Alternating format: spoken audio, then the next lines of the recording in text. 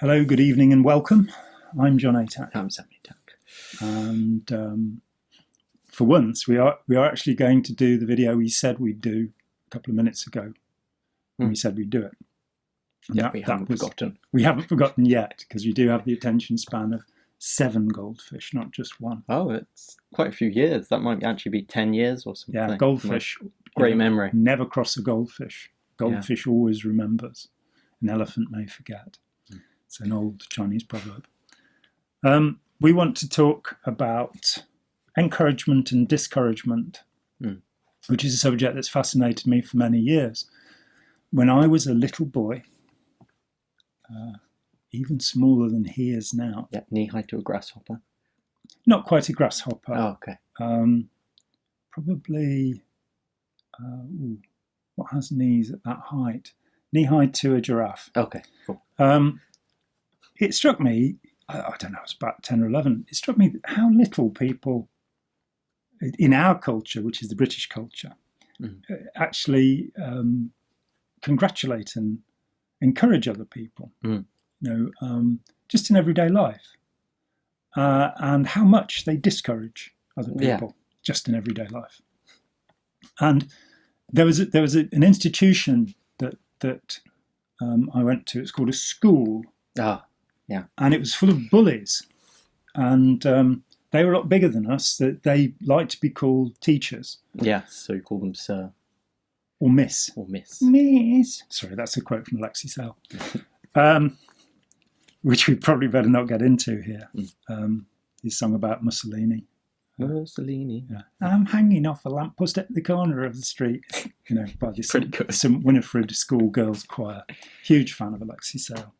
Thank you, Alexi. I think that's now confused all of our viewers thoroughly. But I noticed that there were a lot of put downs. There was a lot of discouragement, and I'm, the only trait I share with Kanye West, I hope, is that I'm a high school dropout. And contrary to rumour, I have no higher education. Well, I spent a couple of years in art college, but you can't call that education, can you? So, I didn't go to a university or any of that stuff. And I feel all the better for it because I am an autodidact. Didact. Didact. It's a Welsh person's fingers. How many fingers? Didactylus. 6. Didactic. Didactic. Does that help you? No. Oh, okay. Self-taught. The sort of person that knows words like autodidact, sadly. And the experience I had at school was that there was a lot of bullying. That the teachers were telling you off and telling you what you'd done wrong and marking you down. And the teachers that you liked and the teachers you did well for, and I'm afraid there weren't very many for me, or for me, were the ones who actually reckoned you had some talent. Yeah. I can remember I was 10 years old in the last year at what we call primary school here. And the teacher chose Alan Wright and me to paint a frieze taken from what is called the Bayeux Tapestry. It's actually an embroidery, but let's get pedantic about it. There's another word you learn when you're an autodidact. All around one of the big classrooms, we had to paint this frieze, and we were given a week to do it. And I could, Alan was, he got artistic talent. Yeah. We all knew that. Why had I been chosen? And it was it was the 900th anniversary of the Battle of Hastings in 1066. It was in 1966. So it was, in fact, just before my 11th birthday. But I didn't understand why I'd been chosen. And it was an important moment because it made me think, well, maybe I do have some talent, And I didn't. But but when I became a painter a few years later, I think that was an important moment, and those moments of encouragement can be really something, in a society. Now, here's something.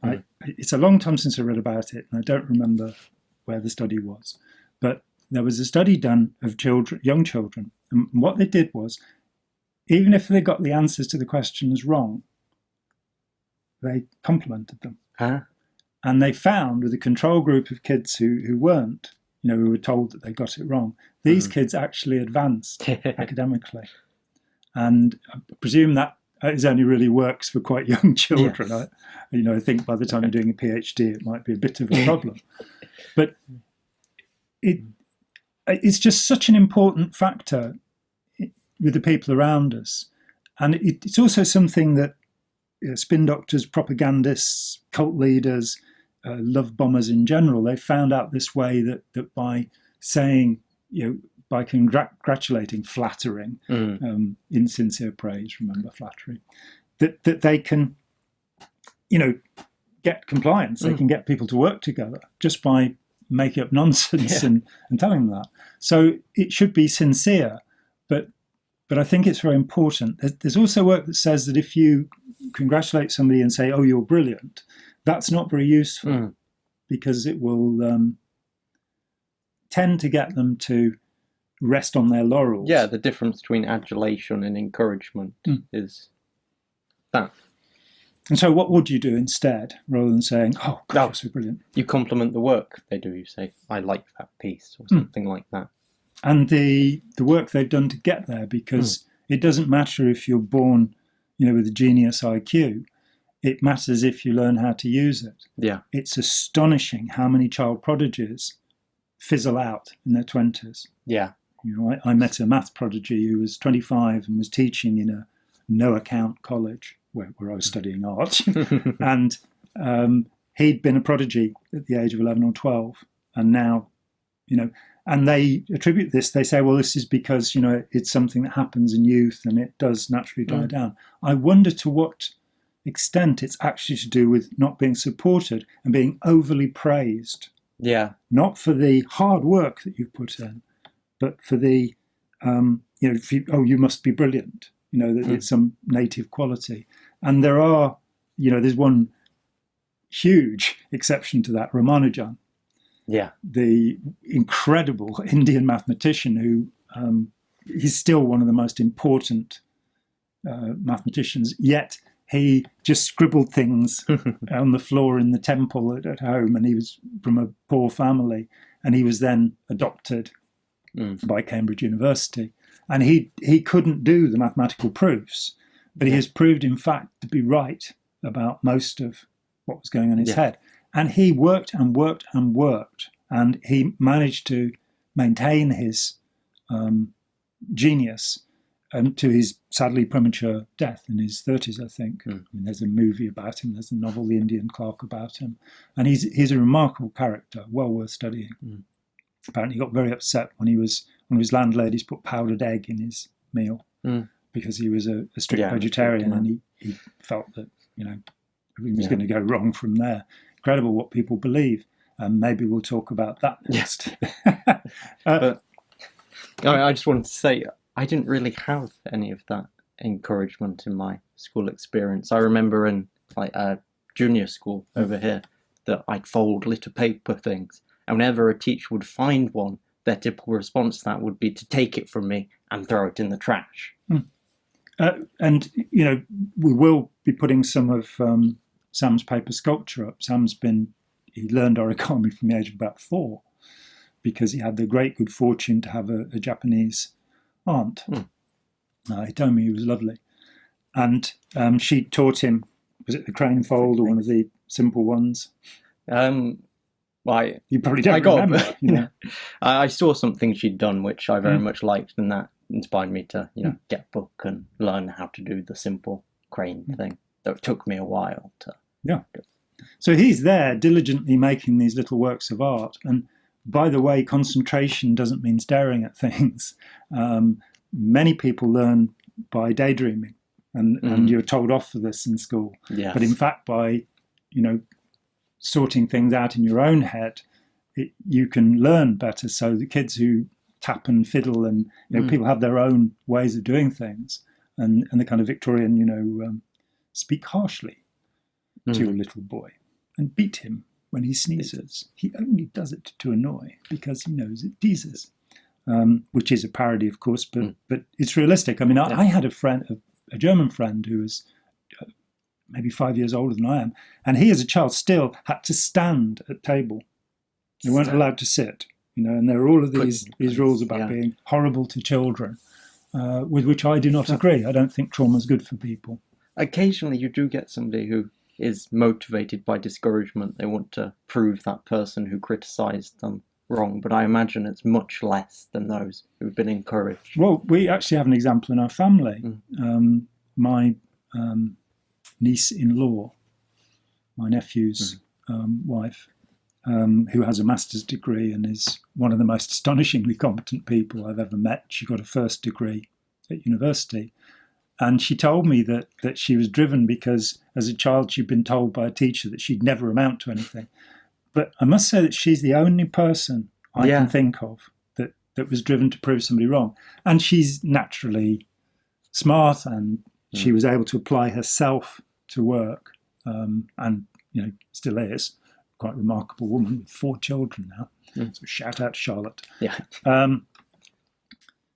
But usually we are encouraged, and I don't know what happened from it, but I was doing some work in a village in Cornwall many a long year ago, back in 1991, and I heard somebody playing panpipes.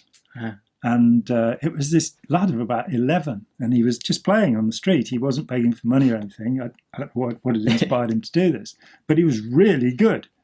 And I hope he's watching and can tell me that he actually, is now one of the world's leading panpipers. But I just thought, what the heck? And I gave him £20. £20. And then he started following me down the street. We go, no, leave me alone. But there you go. The panned piper of Hamlin. Hamlin, who sold pies or something like that. So think about it, and think about times when you've felt inspired by encouragement.